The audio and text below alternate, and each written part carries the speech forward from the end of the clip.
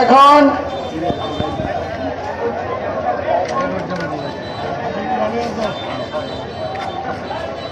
দলীয় পতাকা দিয়ে আচ্ছাদন করবেন আমাদের কলমাকান্দা আওয়ামী লীগের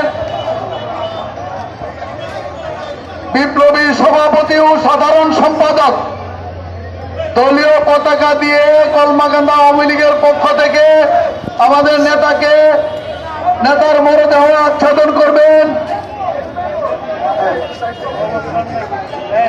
আমরা সবাই একটু সারিবদ্ধভাবে আসি, আমরা সবাই সারিবদ্ধভাবে আসি। এমপি মহোদয়কে আমাদেরকে সুযোগ দিতে হবে, আমাদের এমপি মহোদয় অত্যন্ত ক্লান্ত, এমপি মহোদয়কে সুযোগ দিতে হবে।